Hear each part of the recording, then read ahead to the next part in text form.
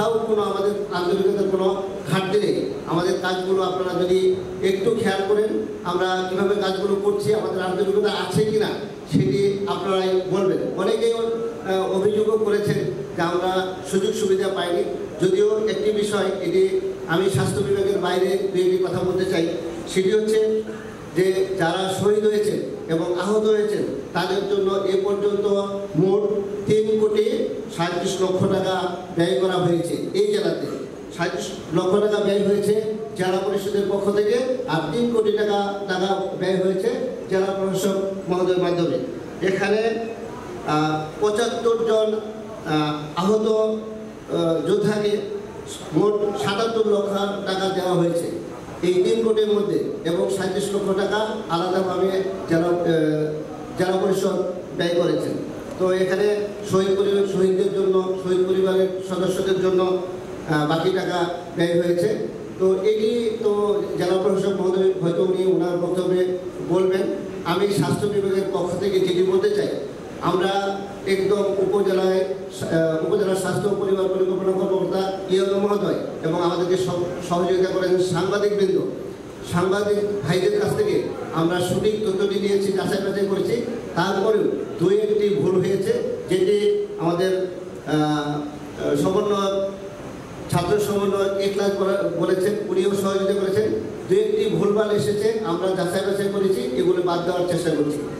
আর যে অর্থটি আপনারা মানে যারা আহত যাদের সহায়তা দেওয়া হয়নি, টোটাল 107 জনের মধ্যে পেয়েছেন হচ্ছে 75 জন।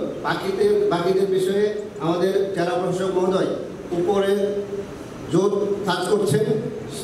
তখন থেকে যদি এগুলো অনুমোদন হয়, সব ধরনের সুযোগ সুবিধা বাকিরা পাবেন, এটি আমি জানতে পেরেছি।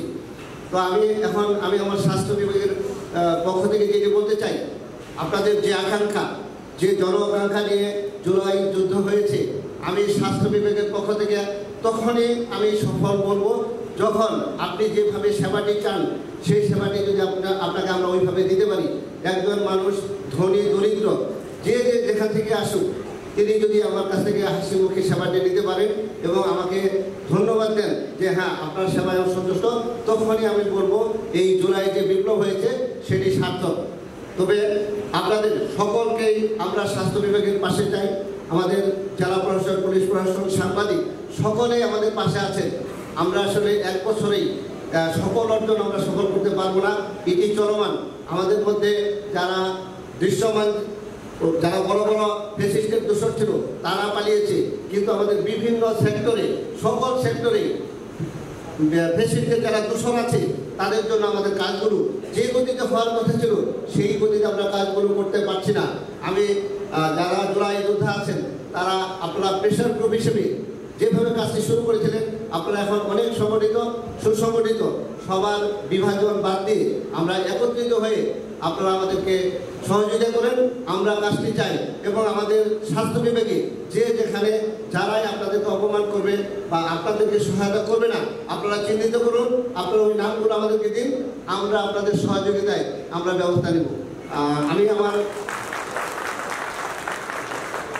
যারা আজকে শহীদ পরিবারের সদস্য আছেন, যারা আহত আছেন,